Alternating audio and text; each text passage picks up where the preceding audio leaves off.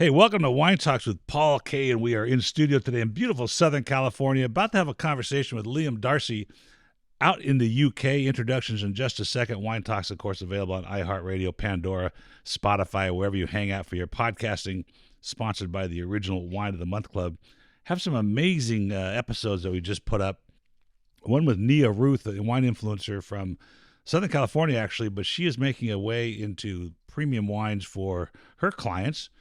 Kind of a competitor of mine. I'm sure that's the brightest idea I've ever had, to put a competitor on my show, but that's that's happened sometimes. But we're about to have a conversation with Liam Darcy. Goes by the name Wine Wally. Welcome to the show. Hi, how you doing? You all right? Good. Now you're at the UK. You were telling me. Well, first of all, let's get to Wine Wally, because when we Yeah. found you and wanted to have that conversation, I kept asking my coordinator, like, what is? I don't understand. What is Wine Wally? What is that? Yeah, I think it's one of those unfortunate things. It doesn't sometimes transcend to different countries, but basically, so in the UK, it's like a slang term for um, a bit of an idiot, Oh, basically. So the wine wally essentially is a beginner's slash idiot's take on wine. Somebody that doesn't really know what they're doing and they're kind of like finding their feet for the first time, and that's exactly what the blog is. I'm basically trying to explore wine from a beginner's perspective and talk about it and make it accessible and hopefully bring wine to a different audience of people that drink it. that's a really interesting approach. And I was mentioning the talking points here, and you have this point here that my staff told me about fighting wine snobbery, which is, I want to peel that back a little bit in a second, but the idea of making the subject of wine approachable. There's a great example right there. When somebody tells a beginner that this wine is approachable, you probably get this blank stare, right? Like, what the hell does Yeah. that mean, right? And here you are making wine approachable in this as a subject, which I think is very interesting. But why, where did you see this need for that? Because I see bloggers all the time. We're going to demystify. It's not. It's a mystery. It's a long, hard subject to study. But Absolutely. for you, what was the impetus of all this? I agree. Wine is really complicated, and I think for me, so the story began where I've enjoyed drinking wine. I've always drank it. I The reason why I decided to start the blog was there was a couple of things that were happening at play. At one time, I had a WhatsApp group message with some friends, and we had a little. We used to challenge each other to go into the supermarket and buy the best, cheapest bottle of wine that we could find. So, could we find a hidden gem within inside the supermarkets or on the supermarket shelf? At the same time, I was also being hook, lined, and sinkered into very Instagrammable bottles, which I didn't realize at the time were natural wines. And I bought a lot of natural wine. My wife was pregnant at the time. And I bought a few cases and was saving them for when we had the baby. And when I started cracking them open 6 months later, I was a little bit shocked by the taste, and obviously I was a bit confused as to what I thought was going to be a Chardonnay or Sauvignon Blanc, but Uh-huh. tasted really different. So that sort of led me on a path to suddenly think, well, maybe I need to learn a bit more. I don't Mm. really know what I'm doing. So I got online, I got onto Instagram, I just started trying to look for blogs that would inspire to help me learn a bit more. And I think I found it really difficult to find people that resonated with me when it came to Yes. wine. I think that on Instagram, there are a lot of amazing blogs there. It depends what you're looking for. And as a person who has an interest in wine, I follow lots of really fascinating fine wine blogs and wine bloggers. And I personally find it interesting reading their notes and their journey and telling their stories. But what I found difficult was I didn't feel like I feel like there's a lot of assumptiveness in wine knowledge. I think that people assume that people think they know what they're Mm-hmm. talking about when they talk Mm-hmm. about acidity or tannin or a particular region or even a grape varietal. And I think that for me, I wanted to um, it started off as a way to just categorize wines that I was learning. So I made this decision. I discovered the Wine Folly book. And that for me was the first thing that I found that I was like, oh my God, this is amazing. It lays it out clean, simple, breaks it down to a grape or a region, and you can kind of tackle it in little chunks. So I decided to kind of like take on the Wine Folly first. But then I guess for me, it was about trying to speak to people that it started off really just as friends, mates that would follow me on Instagram, and try and lay it out in a really simple way that I guess never assume that people knew what I was talking about on a particular post. So even if I'd posted twice that month or three times that month about a particular grape or a particular region, I would always try to kind of give a little snapshot into what I was talking about that made it easy for a beginner to understand exactly what I was talking about. Even something as simple as like, when you talk about a region in France, like Burgundy, I mean, I didn't even know where it was until I picked up the Wine Folly book and Oh looked my at the God, map. sacrilegious. Yeah, Don't know but where why Burgundy is. would you? Why would you know that? I mean, I didn't even know and the only reason why I knew that is I decided to do Pinot Noir as my grape that I was going to delve into.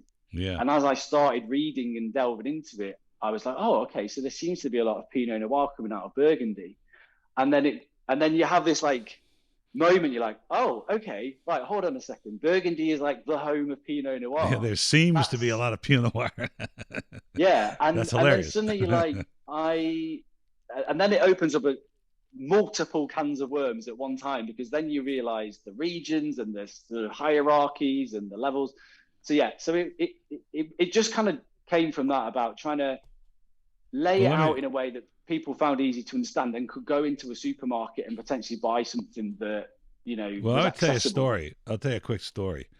I went to the market the other day. We were going to my daughter's here in Los Angeles, and oddly, I didn't have anything at the house. I wasn't at the house, so I couldn't stop. And for me to walk into a market and buy anything is ridiculous, right? I've got a warehouse with, you know, I don't know, probably 100,000 bottles in here right now. But I had to go buy a wine, and I've tasted like you many, many, many, many bottles. And there are a couple that I know well, and I bought one, and we went to open it, and it wasn't any good. Thank goodness Yeah, my son-in-law had a bottle of something else that we had sold in the store, and I thought, wow, this is a tough subject. But I want to back up just a little bit. I think you learned one thing, at least along the way, that uh, too much natural wine can lead to childbirth. So you had to yeah, yeah, because it you happened got again not long after. you had to be careful when you have too many bottles You of wine do. around the Those house. You those may are end the up. wines. Yeah, there's something in them. You got to be careful. But that's a fascinating approach and idea that came to you, because there's another story that I tell once in a while, but it's an important story because so much of wine is about these conversations you have with your friends. You're talking about something, and then you kind of go, I wonder if I should research that a little more. And the book, Widow Clicquot, which is a great, fascinating story of not only the history of Champagne, but Madame Clicquot, started as the same thing as you're talking about. So your blog could turn into something very special for a lot of people. And Tilar Maggio, the famed author, used to sit down with a glass of champagne. They would always have Veuve Clicquot. And one day they were asking questions. She started researching, turned into this amazing fascination, wrote a bestseller book on the subject. So I think that's where wine starts. Isn't that what wine's about? The conversation about Yeah, tasting something that you may not be able to describe, tasting something that's from someplace you've never heard of, and all of a hundred sudden percent. this Yeah. ensues. Sorry. Yeah. No, I agree, and I think, do you know what? For me, like wine is subjective to start off with. It's about perception, and I get that there are uh, quality producers, and that there are um, benchmarks, and that there are reasons why some wines are grown in certain areas and taste a certain way.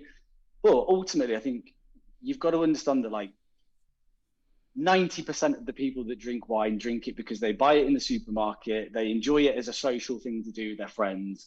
Most people, I don't know, my assumption is most people want to learn about wine, but they don't ever learn about it, and they don't want to put in the time Mm-hmm. to research it because it is complicated and it takes a long time. I mean, even me doing a blog, it takes up a lot of my time reading and trying to understand and getting my head around. And actually, I think that I look at wines from both sides of the spectrum, the supermarket and the specialist wine shops, because I find it fascinating. First of all, benchmarking what a great wine should taste like. And I think one thing that I've learned really, really well since doing the blog is that going to your local wine shop, speaking to them about a particular grape. I've never had a bad wine from like an independent wine shop. They've always recommended a particular wine, and I've always thought it was amazing. But and I find that that's fascinating for benchmarking what's great. But I think that what's real is most people who are buying wine are going into the supermarket and they are buying it off the shelf with very little knowledge or very little confidence, and they stick to what they know. And so to hear somebody normal say, "Well, I've tried a nice one, and I've tried this one that you can get in the supermarket, and do you know what? It's half the price. It's not as good, but it's not bad. Or actually, that's better than the one that I tried." And I think people need to anchor it at a point of reality or a point of reference. And I think that by doing a lot of comparisons with supermarket wines, which I drink a lot of, I think that people find a better connection with it because they see the bottles on the shelves, they can pick it up Mm-hmm. quite easily. And from a reach point of view as well, if I want to talk about a particular grape or a particular wine, people can go out and share that experience. Whereas I don't know if you feel the same, but like I see a lot of pictures of bottles online on Instagram, and they don't always have a lot of meaning because they they're just a really nice fancy bottle of wine that somebody's paid a lot of money for, but you've never seen it before and you'll never be able to get your hands on it. So therefore, it sometimes doesn't really resonate with me. Whereas I think with the supermarket wines, like they resonate because everybody can try it and everyone can have a go at it. And at the end of the day, if 19 Crimes or Jam Sheds is the wine that gets you through the door, for me, that's a good thing, because it starts No, the that's a great conversation. thing. You've said a lot there. I got to slow you down a little bit because there's so many interesting points that we can peel back. And going back to the very first thing that you said during this part of the conversation, which was, yeah, everybody, it is subjective, and that's usually the novice's excuse for all things wine. Well, it's subjective. I like something you don't like, and that's true. But it doesn't cover the idea that there are bad wines, Of and course, so yeah. that everybody's impression is different, right? So you're going to taste a wine, I'm going to taste a wine, we're going to have different impressions. A complete novice is going to taste the same wine, and a complete expert is going to taste the same wine and have different impressions, maybe even descriptors if you can even do that. But you will taste and describe it differently. You may not know how to describe it, but Yeah. you and I are going to taste different things. And what I've come to realize after 32 years of tasting like this is there are very bad wines out in the marketplace, and so it's impossible for somebody to come to a bad wine and say this is good. I mean, they may roll their shoulders or shrug their shoulders and continue to drink it. I won't drink it, but somebody might drink it just because they paid for it. But we all know that there's a different impression, and that's the beginning of the curiosity, and that we have to, as wine people, start to delve into that and maybe peel that back a little more, raise the curiosity of that Exactly. impression that's different. Because you could take a bottle of wine to a dinner party, all 6 people or 8 people are going to say something different about it. Some will like it, some won't like it as much, and some will actually flip over it, right? Yeah. That's what's so Yeah. fascinating about wine, right? And so if you have Is all that these yeah? people, right? Absolutely, yeah. But I guess that's what I'm saying is that you can have an amazing, uh, you know, Burgundy Pinot Noir that costs £60, £100, 200, 300, Mm, thousands, whatever. And I think that, but not everybody's going to necessarily like it. right. And obviously, I get that there are reasons for that, down to personal taste profiles.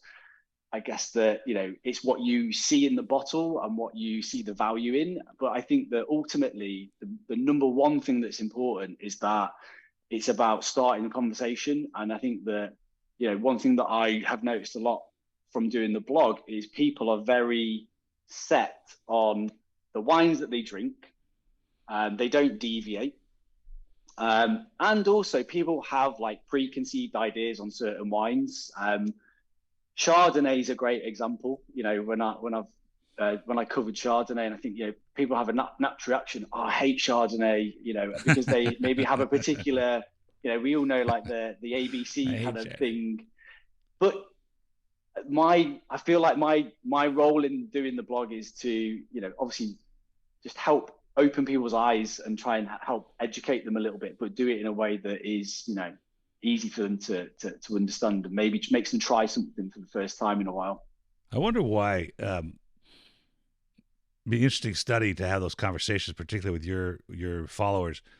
I wonder why it's that we get stuck with a particular brand or style. Let's say uh, with an Apothic Red or 19 Crimes or Josh, which are what we call formula wines, where we've chosen a style and we make that wine every time the style, which is the old school Gallo, Hardy Burgundies, and Rhine wines of the old days. Yeah, But the reality of wine and the pleasure of wine is that it changes every vintage, and the winemaker works with what they have, and then you get a slightly different style. Though stylistically, you expect certain things from certain wineries, but certainly the vintage is different every time. And yeah, so the idea that you don't deviate kind of flies in the face of anything, of any good wine, because it's going to deviate on its own. If you like this one particular brand and it's a 2020, and then you're going to buy the 21, it's supposed to be different. That's by the nature of the grape. But you're yeah. not willing to try another brand, but you're willing to try another vintage. And I don't think that's a hard concept for people to understand. Well, what do you I think then? Why do you think the reason is that your wine shop purveyors and the people that own the shops, when you go in there, that you always feel like you're getting something palatable, something good, something interesting? What's the difference between a wine shop and a supermarket? I mean, I guess it just comes down to the fact that they probably take the time to, select the producers. They buy smaller quantities from smaller scale guys that make the wine. So I Probably would taste it imagine that all. a bit more love and care probably goes into some of the wines that they're buying. The thing is with the supermarkets, and again, look, this is I'm not an expert on this, but they have to have consistency. You talk about 19 crimes vintage to vintage. Well, the average consumer, as far as I could see it, just expects it to taste like 19 crimes every time they pick the bottle up off That's the the shelf. point.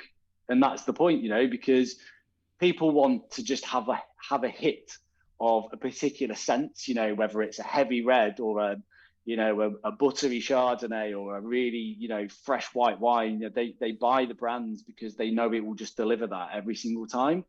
And I guess for me, I don't personally see that there's anything wrong in that.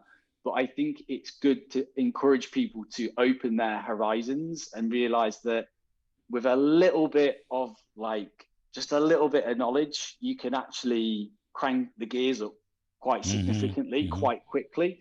So yeah, I think that for me is like the difference with the wine shops and the supermarkets is they can feel quite intimidating to go into. But actually, my personal experience of going into wine shops is actually the best thing that you can do is to go in as a complete novice and not know anything and say, right, I'm trying to learn about Chardonnay, or I like Chardonnay.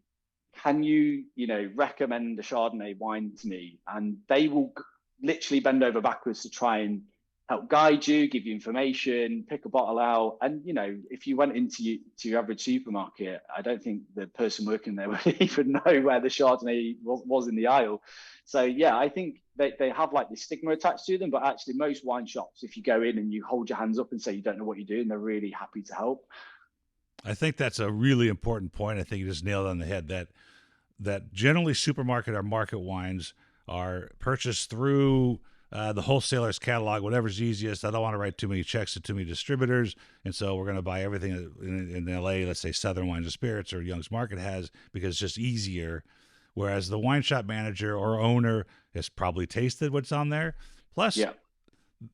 if you walk into a wine shop store, and I had a buyer here at the wine shop about 10 years ago, incredible with clients in understanding their palate. So if you said, I like Rombauer, which means I like chewing on popsicle sticks, but I like Rombauer Chardonnay, that wine shop owner could take them to the Chardonnay section, find other wooded, oaked, balanced Chardonnays, whereas the wine shop manager or the store manager probably has no idea, right?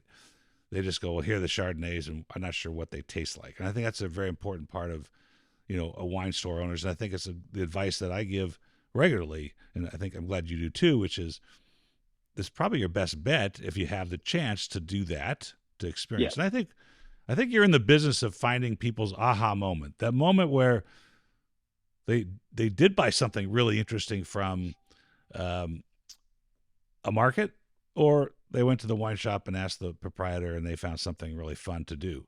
But is that yeah. what you feel like you want to do, is lead people to this The expression of aha. wine? Yeah. Yeah, like for a great example of that is at the minute, like the grape that I'm researching is Grillo, and I put it out there on Instagram this week that I was gonna do some research on it. I've been to the supermarkets. I found a couple. There isn't a lot of it in the UK in the supermarkets, but there are a couple of bottles of it in the main supermarkets that you can shop in. And I talked about it on Instagram this week for the first time, and I was actually very surprised that there was a lot of people, even people that I follow as other bloggers that are into wine, that hadn't tried it. And so I think they were aware of it, but maybe not tried it. But there's a lot of people, your average drinker, that had never even heard of it before. So the thought that somebody might go to the store and pick up a bottle of Grillo wine because I've been talking about it and discussing it, is exciting. And I've had, feedback on other grapes before where people have come back and they've got into a particular style of red wine or white wine because I've been talking about it. And yeah, that for me is like the most amazing feeling you can have, because it's sharing that excitement for discovering the new, isn't it? And that's what you want to do as somebody that's interested in wine, that's trying to discover. I want to speak to people that are open to discovering wine as well, because not all of my friends maybe are. So you want to find people that want to get on that path and that journey with you. That's amazing.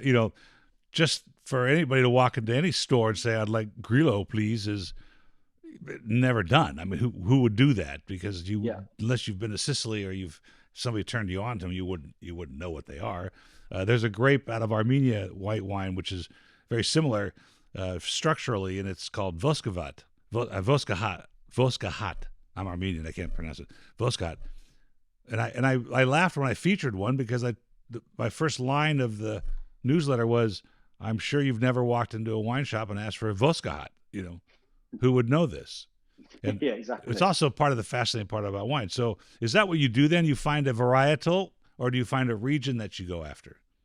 No, so the aim is like one grape at a time and just taking it grape by grape and really trying to drill into the grape to understand what it's about. So the first grape I ever did was Tempranillo, and the main reason why I started on that was because Rioja at the time was the wine that I liked drinking, and I found out the grape was Tempranillo, so I kind of did a deep dive into that, and tried to learn about the countries that it grows in, the taste profile. And the other thing that I find quite interesting as well is, that happens along the journey is you start to understand some of the producers and the people that make it, and kind of who are good brands to look for on the supermarket shelves or in the specialist wine shops. And I guess that's what I was talking about earlier on when I said a little bit of knowledge goes a long way. In that, Tempranillo was a great example where I'd gone into the supermarket many, many times to buy wine and bypassed certain bottles just because I didn't like the look of the bottle. And with an evening sat down doing a little bit of homework, I found a couple of producers. They're very, one of them particularly is a very well known reputable producer, CVNE, but is a it's an old school producer. It's got a great reputation, and they deliver great Riojas across the spectrum. And suddenly I saw it on the supermarket shelf, and I bought it for the first time, and I was like, oh wow, yeah, that's amazing. And Yeah. suddenly you find a new favorite, a new benchmark in your head, and so yeah, that's how I tend to try and do it. Is kind of like just keep it really simple on one grape at a time, and that for me is interesting because it gives people the chance to explore along with me. I mean, I'll spend a fair few weeks on a particular grape, really trying to get into it. I mean, Riesling took me about 6 months to be completely honest with you, because you don't Well, realize Riesling is complicated too.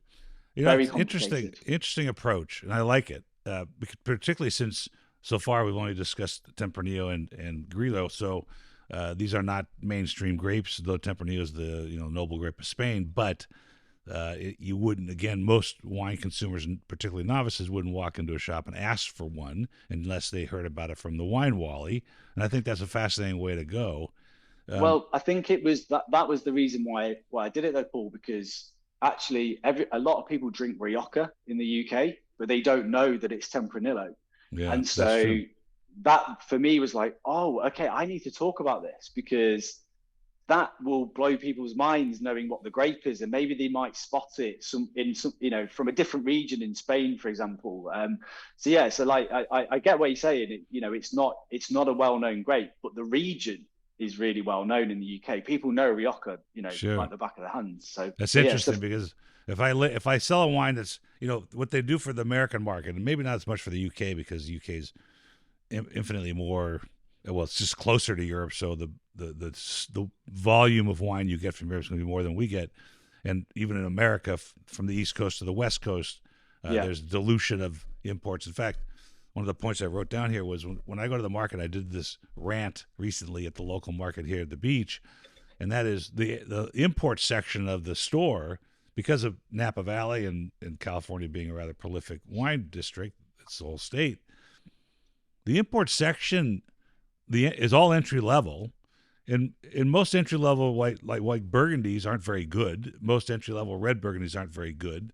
Most entry level Riojas aren't very good, and so that's a really bad impression that somebody's going to make in America anyway, to walk in and try something and go, well, I don't like that, when yeah, you didn't get to taste a good one. yeah. And so here you are, sort of finding the good ones that you might find on the shelf and touting those. Are you on the take? People give you? I'm kidding.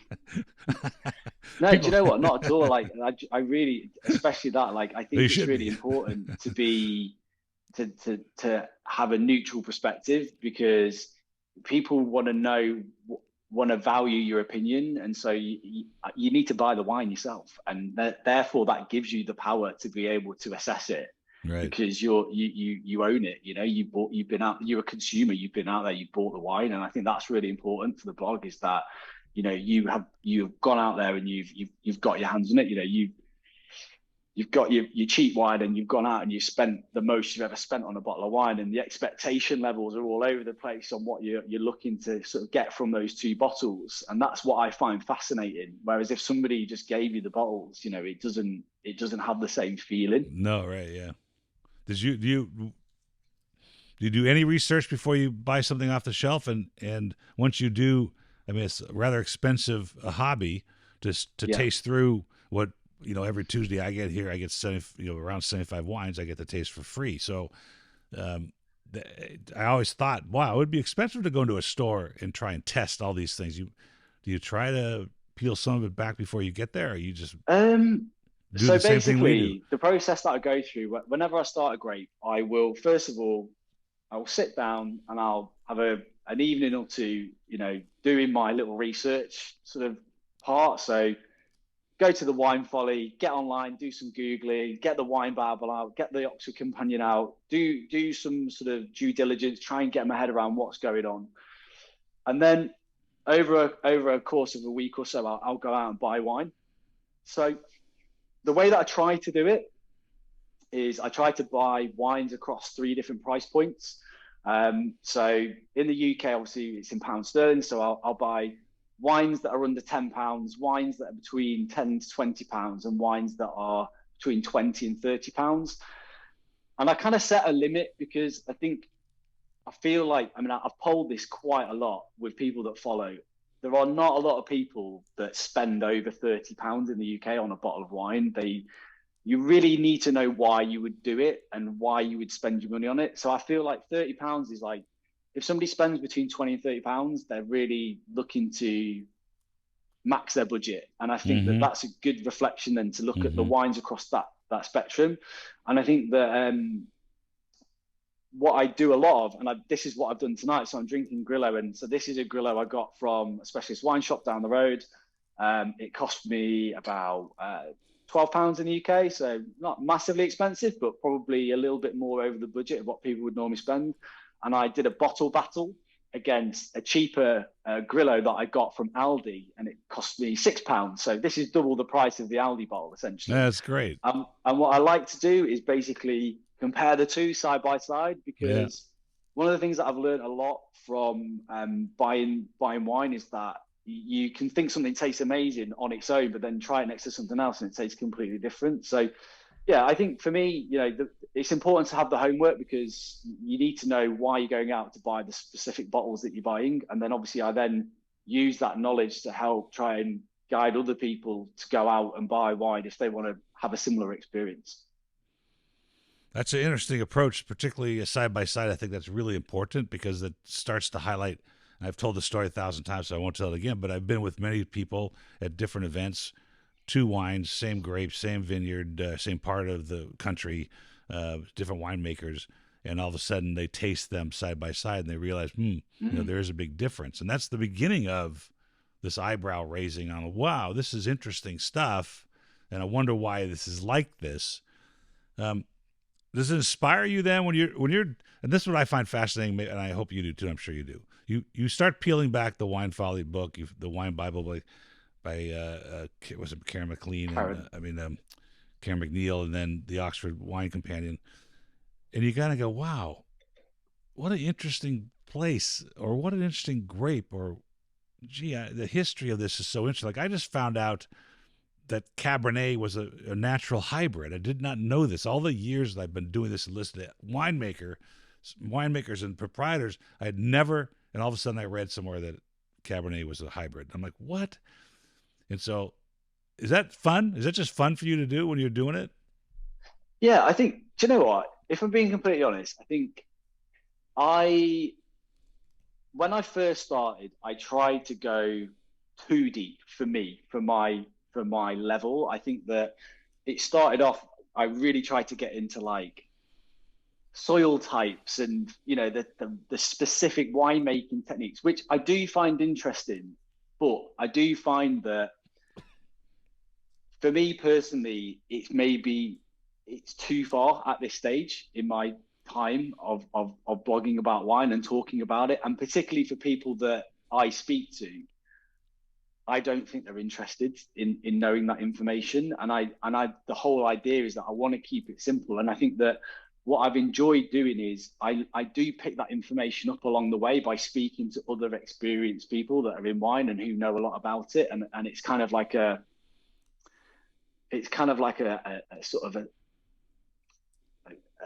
an ancillary thing that comes in, from speaking to Mm-hmm. other people in Mm-hmm. terms of knowledge. But when it comes to like researching a grape, I don't dive that deep anymore. I think for me, what's important is how can I pick a bottle off the shelf? How can I identify it through the regional name or the grape or the year or the varietal? And so that for me is what's probably more exciting at this moment in time, because I just want to learn how to open up my horizons with it rather than kind of, you know, worrying too much about the terroir that the grape came from and things like Well, that. But that's I don't I don't know. That's not an issue. I think particularly playing to your audience of who you're talking to is the most important thing whether you're giving a speech or trying to teach people. It's all about who you're talking to rather than who you are.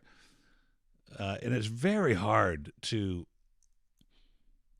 visualize the taste of a wine if somebody tells me it's grown in limestone, exactly, unless yeah. I've tasted limestone, or somebody that says grown in chalk or grown in the other terroir type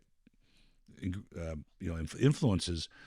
Until you do, and my dad was a chemist by trade, and when he did his classes, because he was a chemist, he actually had a jar of tartaric acid and a jar of malic acid. He would make people put it on their tongue, and that's where obviously you go, oh really? So probably the most interesting um, winery visit I've ever been on was in Beaujolais at Chateau de Jacques, and he had barrels of the soil around. And as we tasted the wines from Moulin Avant or one of the other districts, you could put your nose in the soil. And then all of a sudden you go, oh, okay, I get it now. But if somebody Yeah. just says this is grown in limestone, It has no, 99.9 has no value, yeah, right?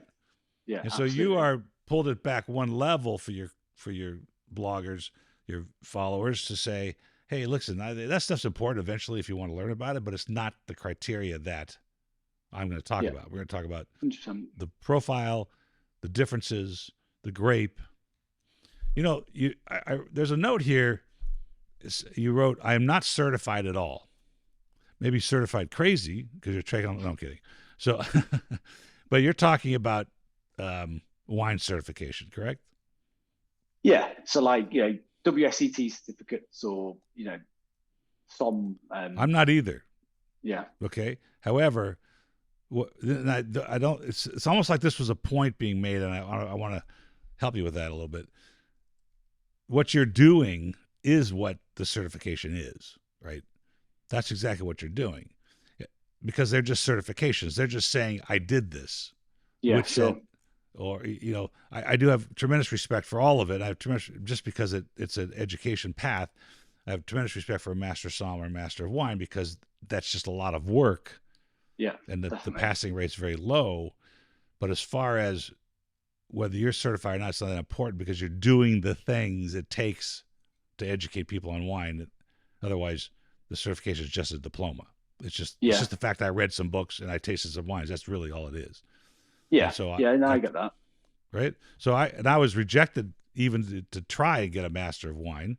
And I won't bore you with the story, but I went online and they did like some of the stuff I had to say, but it was more about the procedures than Yeah. what I knew at that moment. So I thought that was really interesting. So, What made you not go down the route of sort of getting a wine qualification? Then did you feel like there was a point in time where you wanted to do it, or did you feel that you reached a point where you didn't need to do it? Or well, at some point in my career, and this is my 32nd year, and so probably when I was younger, it would have been a time to do it. But at that time, it wasn't part of the curriculum yeah, for wine people. My dad never went through it. He lectured all over he lectured for universities even. Uh, Now it's almost a minimum requirement to just to be a wholesale rep. And here's what I found. This is the difference between a person that goes through certification or takes classes and somebody like you is the passion. I have salespeople that come in here all the time that only have their WSET 1, 2, or 3 because they're required to have their WSET 1, 2, or 3. Not because they give a crap or they're interested or they're passionate about it. They want to taste more. None of that. It's yeah, strictly for the job. And that's not what wine's about. And yeah, so wine's about people like you that take it on upon themselves, that have the energy to study it for the pure yeah. passion of it, not for the credential.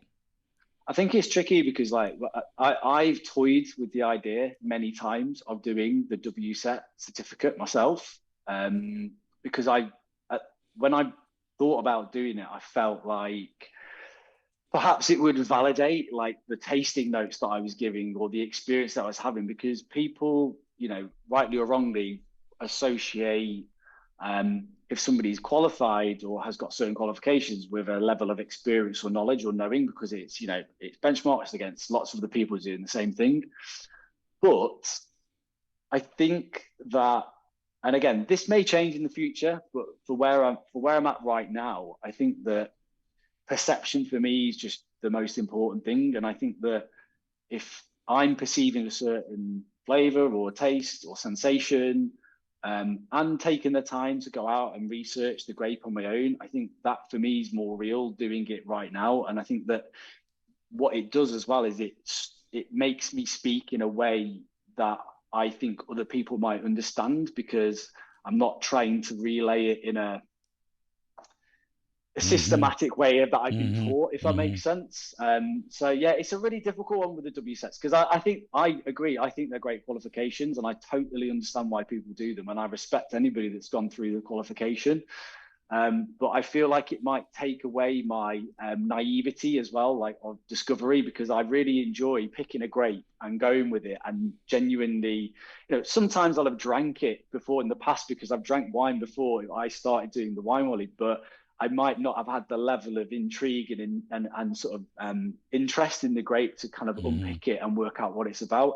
And I think for me, that's why I like going down that route, because it's real time learning, it's real time discovery, it's real time trying. And I think that that's maybe just as important for somebody who's wanting to learn a bit more about wine.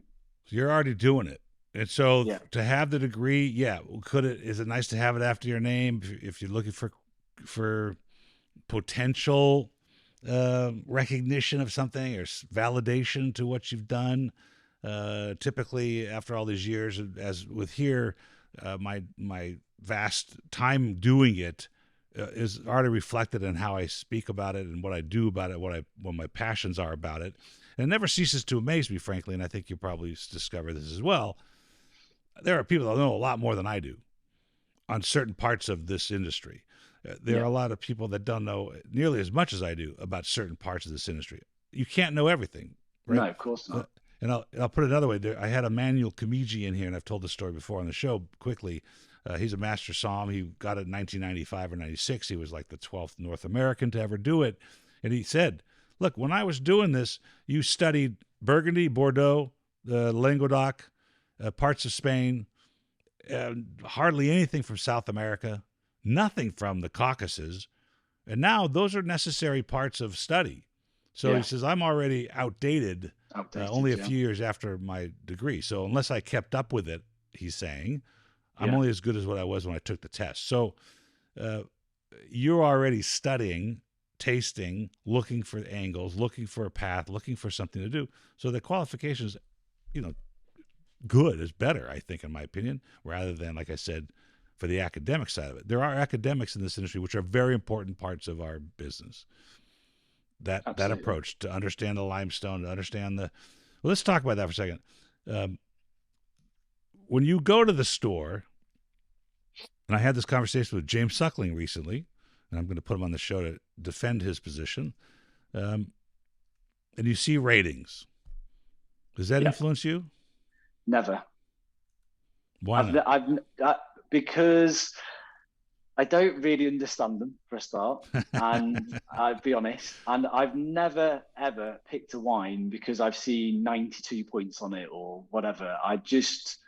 It's just not a vibe that I've ever been into. I know some people absolutely rate it and they love it or they live or die, but I'll never drink a wine that's less than 90 points. But I don't really know how they assess it or what the criteria is for it. And for me, it's just never really been on my radar as like a tool, if that makes sense. So yeah, no, the answer is definitely no. What do you make of them? Well, it's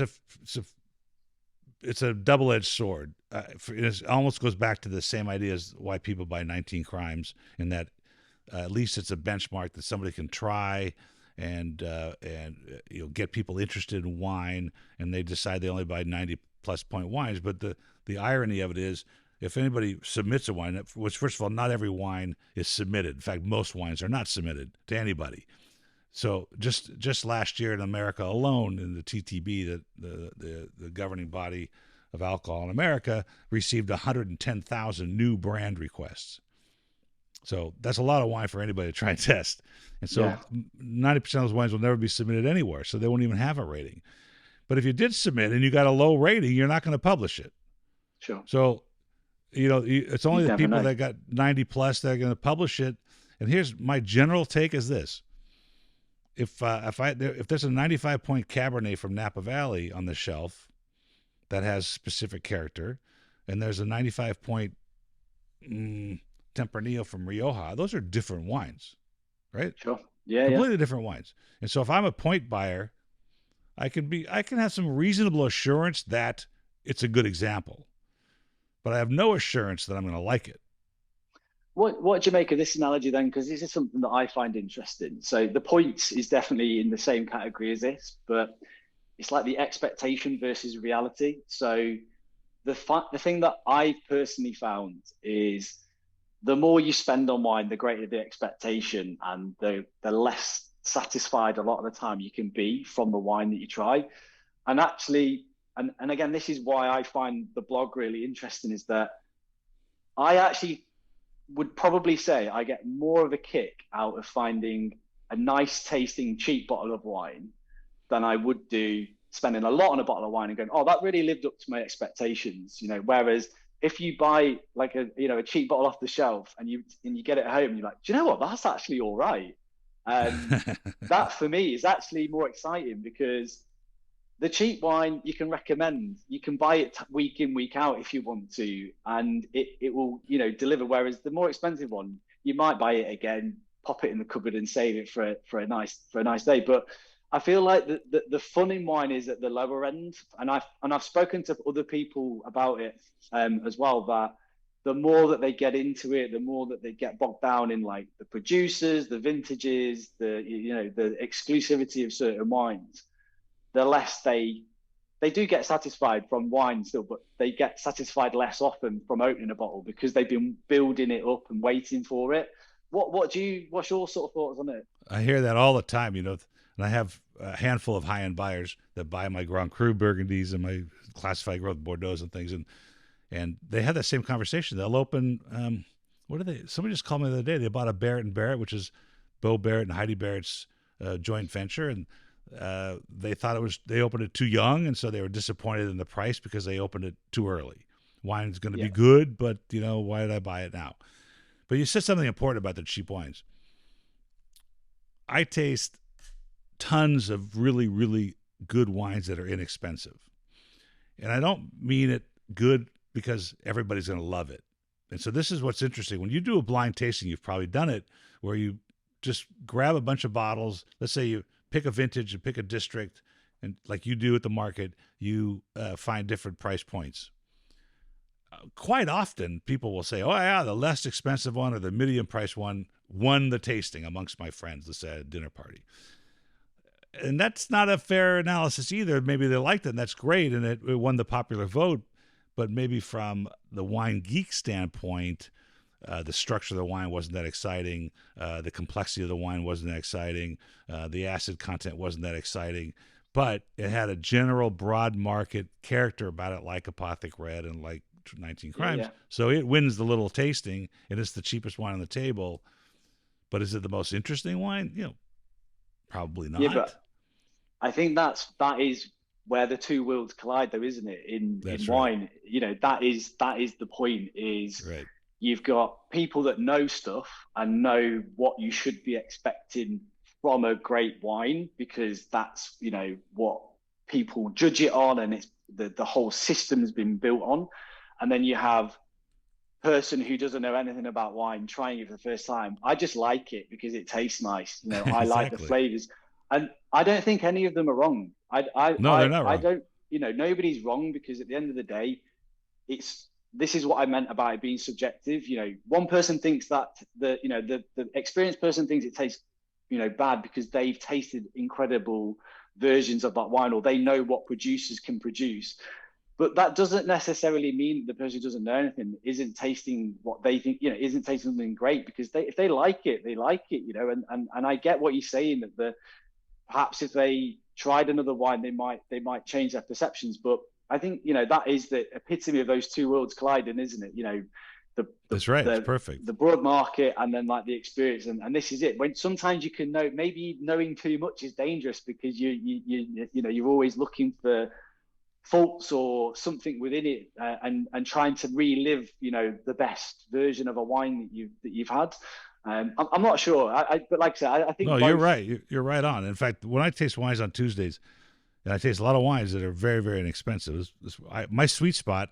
And I don't know what the exchange rate right now for the pound is, but my sweet spot here is around $15 American, which I suppose is probably It's around, yeah, £12 in the 12, UK. 12 pounds, right? Um, and so I don't look when I taste wine. Sometimes I taste the wine. I go, for me, probably wouldn't take it home. For some of my customers, probably really going to like it because of its sugar content. But what's more important, whether it's that wine or one I like that's more interesting for the same price, is it structurally sound? Does it represent what it's supposed to? That's really what I Yeah, look for. Like you're saying, does that Tempranillo from Rioja really smell and taste like that? That's the most important criteria. And the larger the appellation, like California versus or Spain versus Napa or Rioja, comes into play. Um, but that's the most important part: is it's structurally representative. I try to defer personal taste when I'm yeah, choosing for my customers. I want to show them something. I think I think that's a good point. I think this links into the blog though, in the sense of there are again, you know, most people would not know what you're talking about when you say, is it structurally sound, that wine? Is it a Right, great exactly. representation? Right. I think what people would prefer to know, and like Chardonnay was a great example, and I didn't know this until I started doing the grape, but is if you buy a Chardonnay from Australia or you buy it from France, they're going to taste different. And these are the reasons why. Mm-hmm. And that is actually, I think, enough for most people. If you want it more full bodied, more fruity, more tropical, try an Australian Chardonnay.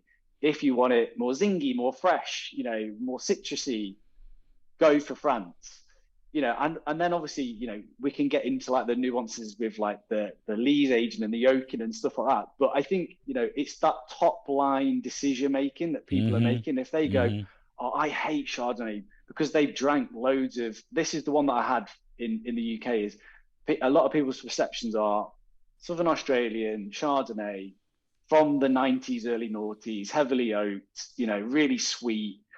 They don't like it because of that. And Mm-hmm. obviously, I didn't realize this until I started doing it. And then you get in Burgundy, it keeps coming up again. You get into the Macon Village and all those kind of areas, and suddenly you're like, oh, okay, they do things differently here. It's a different wine completely, and I think just that little bit of base knowledge is that for me is what's important for people to know. And I again, structurally sound I wines, think you're I right. get where you're coming from, but most people um, don't have that grounding. They just want to know the No, they difference don't. between one region or the next. Except, But yeah, except they'll know something's wrong when they taste the wine. They don't know what it is. They can't define it, and we're able to yeah, define it a little more. And I think that's really important about what you said earlier about the wine shop buyer, because if you walk into a wine shop and you say, "I like citrusy," or the wine. This is what my guy was really good about. Sorry, he would ask you, "What do you usually drink?" And that's my question. What do you drink at home that you like? And they say, "Oh, I yeah, like Rombauer Chardonnay." Okay, I know where you're going. Or I yeah, drink Macon Village. I yeah, know where you're at, and I can guide you, whether it's a California wine or an import. I can guide you to a stylistically similar wine that you can yeah. then start to expand your thing. But I'm sure you get this question a lot, and I want to hear your answer. Does that $500 bottle of Opus really taste 10 times better than the $50 bottle of somebody else's Napa Cab? Well, I don't know because I've never tried a $500 bottle of wine, to be honest. Well, So I don't think it does. well, it's I get that question all the time, and I did a transaction here, and I promised the guy a bottle of Domaine Romani Conti Latache, which is about $7,000 or $8,000 as a gift. Okay, and he did it, and he got this bottle, and somebody says, "Well, what does that mean?" I said, "It only means that if he pours that wine for somebody at an event, and he's a huge time developer, he builds giant apartment buildings all over. Somebody's going to raise an eyebrow and say, wow, he's pouring that for me. Is Yeah. it 10 times better than a $700 bottle of wine or 100 times better than the $70 Burgundy? That'd be hard to argue, right? But the Do you branding of pour it it or is, do you save it? yeah, You right. Well, I don't know. personally, He do did you, get an offer $1,000 more than what I traded the value I traded it on. So I don't know. Literally the day after he took it home, somebody offered him $8,000 for it, and I'm like, oh, gee. He goes, I couldn't sell it. You had given it to me. And that we had the luxury of doing that here in our shop, but that was a very important thing for the company's growth. So I was happy to part with it. I was never going to sell it. I have no clients that would spend $7,000 on a bottle of wine. But the point is that the point is sometimes the value isn't just in its wine, what's in the bottle. It's what's on the label as well, yeah, because it shows either a dollar amount spent or some kind of appreciation for that level of wine. But so many 100%. times, Well, it's like, I don't know. I'm sure we do it in my house. Like you've got the wine in the cupboard, and if I know certain people are coming around, like if my mates are coming around, the cheap stuff's coming out. That's getting dished out because nobody's going to care about it. If you're having a dinner date with the wife, or you've got some friends around that they like their wine, you'll get the nicer stuff out because not necessarily because the wine is always better, right? but because they appreciate. the story and why Right. you're getting that particular bottle of wine out. And Right. that's the point. And that's one of the things that I feel like I've learned since I've got into it is, yes, making wine accessible is really important, but also, I get why people spend money on wine, and I understand why people get so fanatical about it, because it's like being into a particular genre of music. You get into your certain producers, your certain specific genres of a music. You'll travel to see certain concerts. Wine is just no different. It's once you start falling down the rabbit hole, you appreciate the nuances within inside it. So yeah, I think it's difficult to kind of to say what would taste better, but I understand why someone would want to spend that money, because it's like you say, it's the gesture, it's the theatre, it's the meaning Yeah, it's the behind it, if that story. makes sense. Well, what you're doing is kind of interesting in that you're creating a story about what could be the most basic thing they have at the market, because the research you're doing to bring that bottle to the table is a story. I think you should be Yeah, proud of that. It's a very good yeah, story, actually. I mean, I, I try to tell people, look, the story around the dinner table is not that I got it for $3 on Groupon. That's not a story. But the story is that I got it for 12 pounds because the wine Wally had tasted this and had compared it, with his friends or whatever he does, and we found this wine to be very exceptional value. That's a story, yeah. It's a great because story, they followed definitely. you, and you did the analysis and you did the work, and now they're benefiting from that. What's next for you? What's your next on the horizon for the Wine Wally? We're going to change the name to something like the Wine Expert one of these days, or Nah, well, never? Paul, there's too much to learn, so I'll always be a Yeah, Wally. That's the beauty. yeah, And you know okay. what?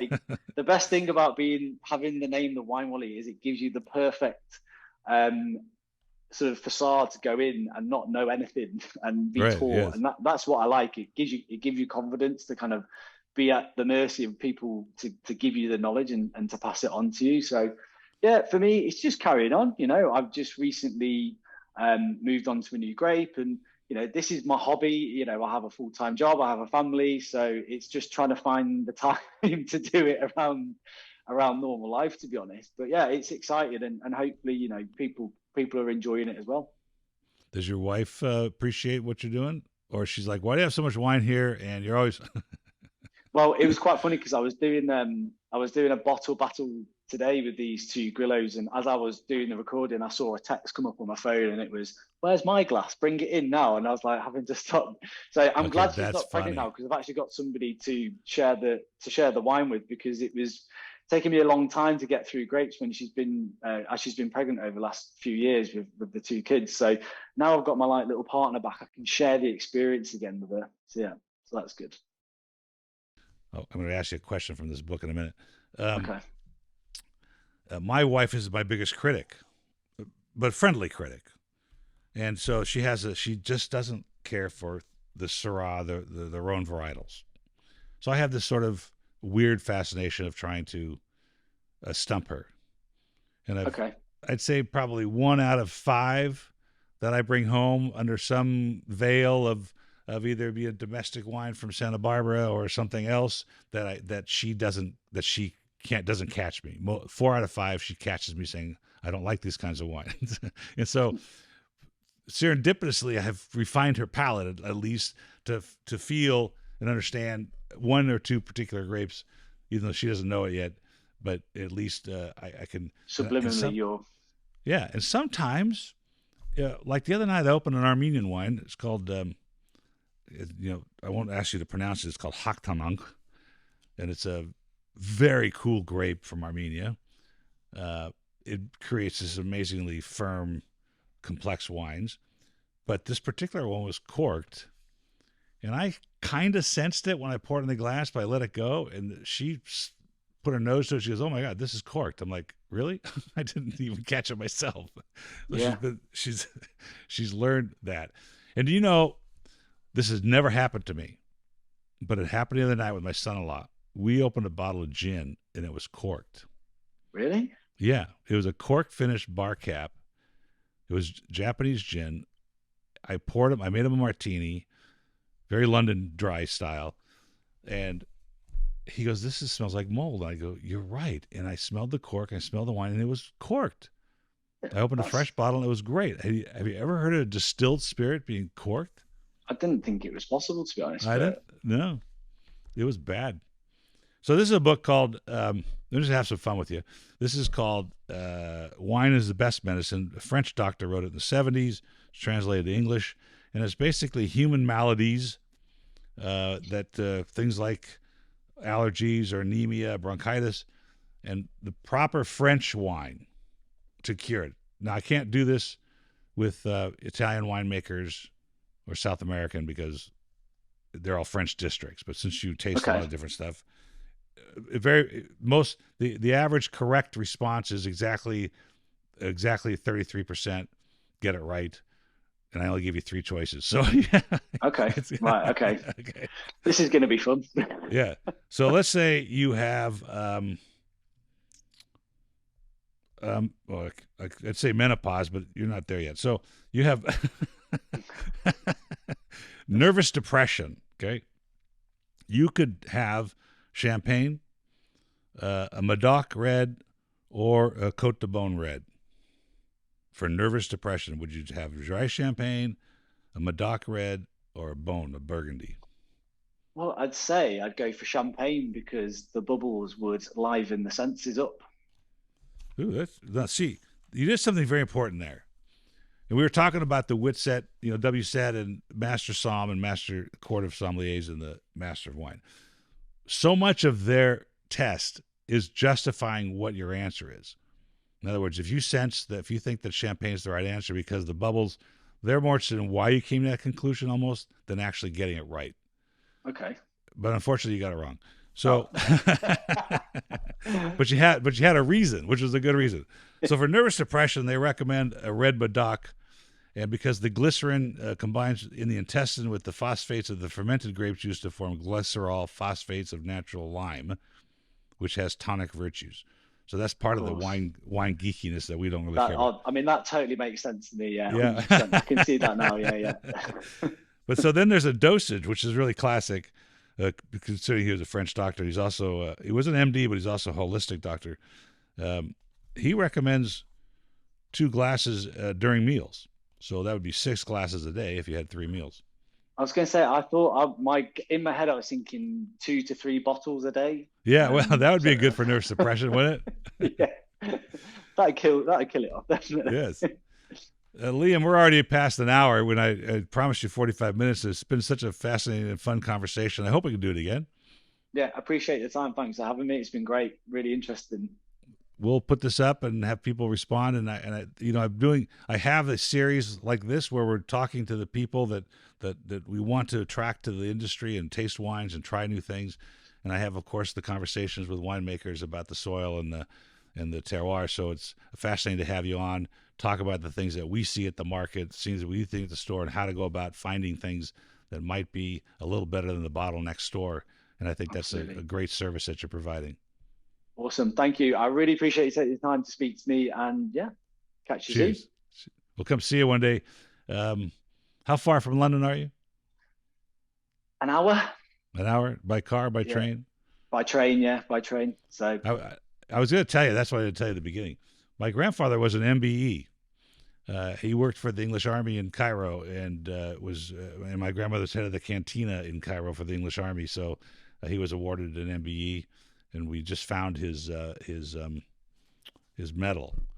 So we were amazing. very proud of that. Yeah, my dad grew up in Cairo, and obviously in the English system. So yeah, actually, we Yeah. found also my dad went to an English high school in Cairo, and he never used it for whatever, but he had access to Cambridge and Oxford directly from the high school, guaranteed acceptance.